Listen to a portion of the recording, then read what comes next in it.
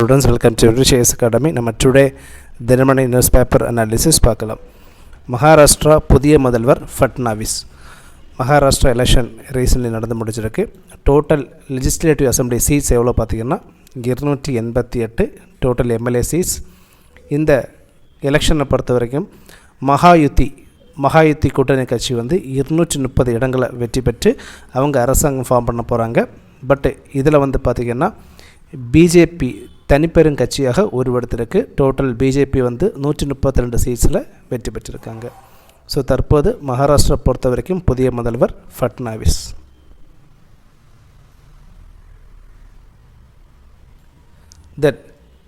விளையாட்டை ஊக்குவிக்கும் மாநிலமாக தமிழகத்துக்கு விருது, முதல்வர் பாராட்டு.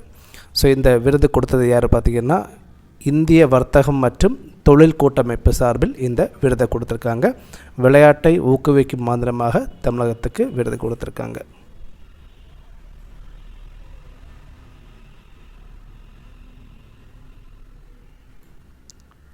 தென் உங்கள் தொகுதியில் முதலமைச்சர் திட்டம்.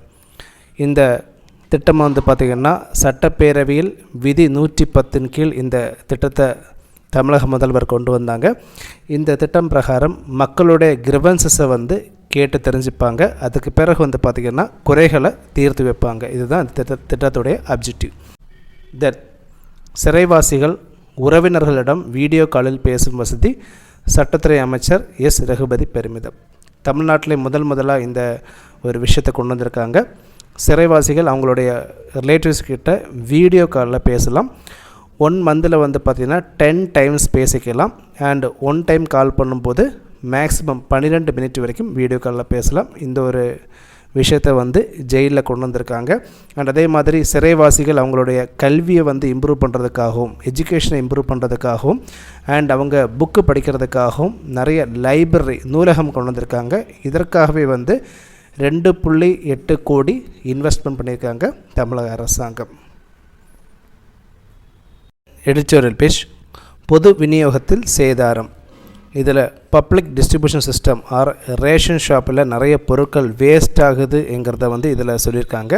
இதில் சில விஷயங்கள் கொடுத்துருக்காங்க, நம்ம அதை பார்க்கலாம்.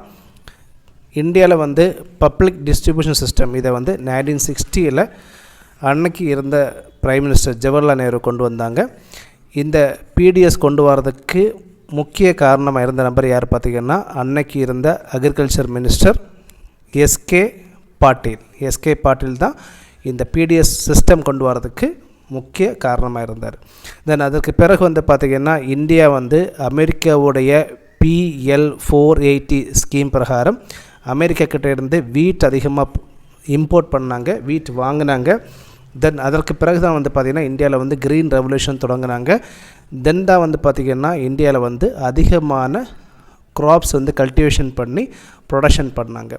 தென் ஒன்ஸ் க்ரீன் ரெவல்யூஷன் தொடங்கினதுக்கு பிறகு இந்தியாவில் இருந்தே ரைஸ், வீட் எல்லாமே எக்ஸ்போர்ட் பண்ண ஆரம்பித்தாங்க.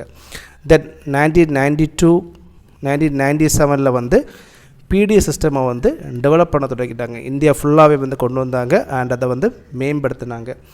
நிறைய புதிய விஷயங்கள் கொண்டு வந்தாங்க. 2013 பார்த்திங்கன்னா உணவு பாதுகாப்பு சட்டம், ஃபுட் செக்யூரிட்டி ஆக்ட் கொண்டு வந்தாங்க. இந்த சட்டம் பிரகாரம் நிறைய மக்களுக்கு உணவு ஃப்ரீயாக கொடுக்கறதுங்கிற ஒரு விஷயத்தை இந்த ஃபுட் செக்யூரிட்டி ஆக்ட் மூலமாக கொண்டு வந்தாங்க. பட் என்னதான் இருந்தாலும் பார்த்திங்கன்னா இந்த பிடிஎஸ் சிஸ்டம் வழியாக கிட்டத்தட்ட 28% உணவு தானியங்கள் வேஸ்ட் ஆகுதுங்கிறத இதில் சொல்லியிருக்காங்க. உத்தரப்பிரதேசை பொறுத்த வரைக்கும் 33%, தமிழகத்தை பொறுத்த வரைக்கும் 15% ஃபுட்டு வேஸ்ட் ஆகுதுங்கிறத சொல்லியிருக்காங்க. ஸோ தற்போது இந்த ரேஷன் கார்டையும் ஆதார் எண்ணையும் இணைச்சிருக்காங்க. அதற்கு பிறகு ஓரளவுக்கு இந்த வேஸ்ட் குறைஞ்சிருக்கு. முன்னாடி 46%, அதாவது 2011-12 46% வேஸ்ட் இருந்தது. தற்போது 28% குறைஞ்சிருக்கிறதா சொல்லியிருக்காங்க. பட் 28% பார்த்திங்கன்னா மிகப்பெரிய அளவு. ஸோ வேஸ்ட் கண்டிப்பாக இருக்கக்கூடாது. பாமர மக்கள், புவர் பீப்புளுக்கு சப்சிடி ரேட்டில் கொடுக்கக்கூடிய ஃபுட் எல்லாமே பார்த்திங்கன்னா வேஸ்ட் ஆகுதுங்கிறத ஒரு கவலைக்கிடமான விஷயங்கிறத இதில் சொல்லியிருக்காங்க. தென் இஸ்ரேலுக்கு எதிரான ஐநா தீர்மானம், இந்தியா ஆதரவு. இந்த தீர்மானத்தை கொண்டு வந்தது யார் பார்த்திங்கன்னா செனகல் நாடு. செனகல் நாடு இந்த ஒரு ரெசல்யூஷனை கொண்டு வந்தாங்க. டோட்டல் 193 மெம்பர்ஸில் வந்து 157 நாடுகள் இதில் சப்போர்ட் பண்ணாங்க. 8 கண்ட்ரிஸ் வந்து இதற்கு எதிராக வாக்களித்தாங்க. 7 கண்ட்ரிஸ் வந்து ஓட்டு எதுவுமே போடலை. ஸோ இந்தியா வந்து பார்த்திங்கன்னா இதற்கு ஆதரவு தெரிவிச்சிருக்காங்க.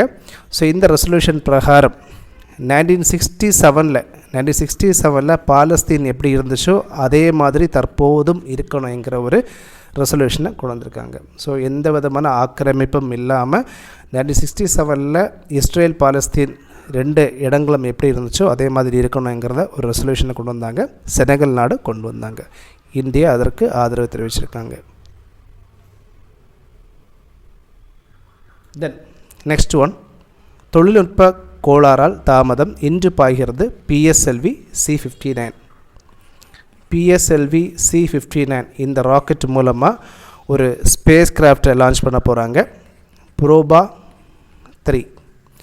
இதனால் இதை ப்ரோபா 3ன்னு சொல்லுவாங்க, ப்ரோபா 3 மிஷன்னு சொல்கிறாங்க.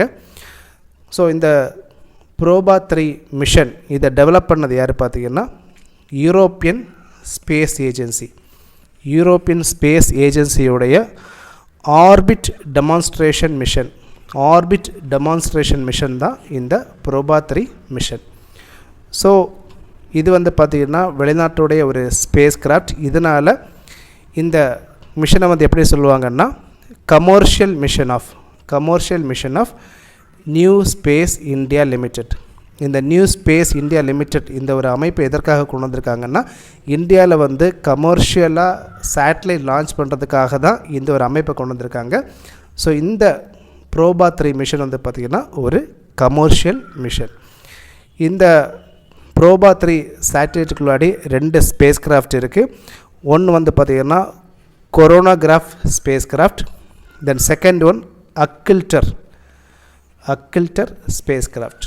ஸோ இது வந்து பார்த்திங்கன்னா ஒரு டெமான்ஸ்ட்ரேஷன் மிஷன். இதை டெவலப் பண்ணது யூரோப்பியன் ஸ்பேஸ் ஏஜென்சி. இதை லான்ச் பண்ண போகிறது PSLV C-59 ராக்கெட் மூலமாக ஸ்ரீஹரிகோட்டாவில் வச்சு இதை லான்ச் பண்ண போகிறாங்க. தென் ரயில்வே ஸ்டேஷனை டெவலப் பண்ணுறதுக்காக மத்திய அரசாங்கம் ஆல்ரெடி ஒரு ஸ்கீம் கொண்டு வந்திருக்காங்க, அம்ரித் பாரத் ஸ்டேஷன் ஸ்கீம். இந்த ஸ்கீம் எதற்காக பார்த்திங்கன்னா இந்தியாவில் இருக்கக்கூடிய ரயில்வே ஸ்டேஷன் எல்லாமே வந்து டெவலப் பண்ணுறதுக்காக, இன்ஃப்ராஸ்ட்ரக்சர் ஃபெசிலிட்டிஸை கொண்டு வரதுக்காக.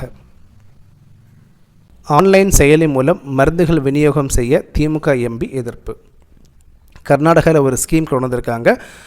கர்நாடகாவில் வந்து ரேபிட் டெலிவரி ஆஃப் மெடிசன், அதாவது 10 நிமிஷத்துக்குள்ளாடி ஆன்லைனில் மெடிசனை விற்பனை பண்ணுறதுக்கான ஒரு ஸ்கீமை வந்து கர்நாடகாவில் கொண்டு வந்திருக்காங்க. இது வந்து இந்தியன் ட்ரக் ரெகுலேஷனை வந்து அவமதிக்கிறதா இந்த MP சொல்லியிருக்காங்க.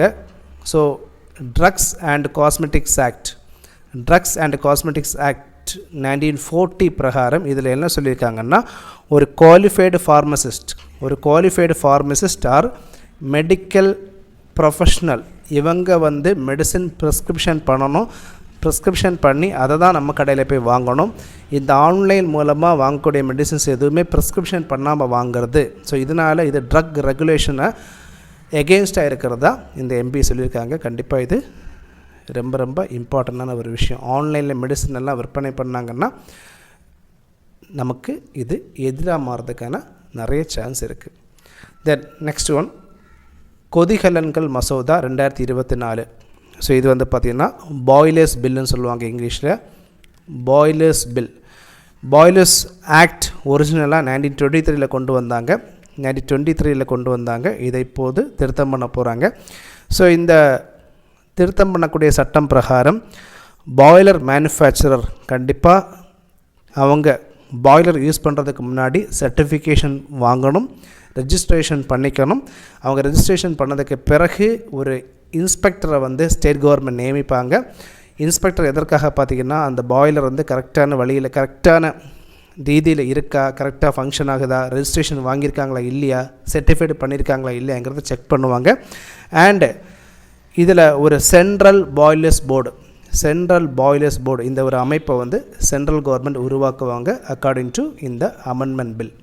நம்ம தெரிஞ்சுக்க வேண்டிய விஷயம், ஒரிஜினல் சட்டத்தை வந்து 1923 கொண்டு வந்தாங்க, பாய்லர்ஸ் ஆக்ட் 1923.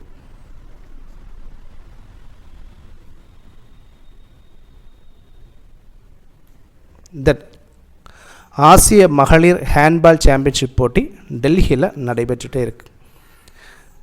தென் பார்வை மாற்றுத்திறனாளி மகளிருக்கான T20 உலகக்கோப்பை வந்து இந்தியாவில் நடைபெற போகுது.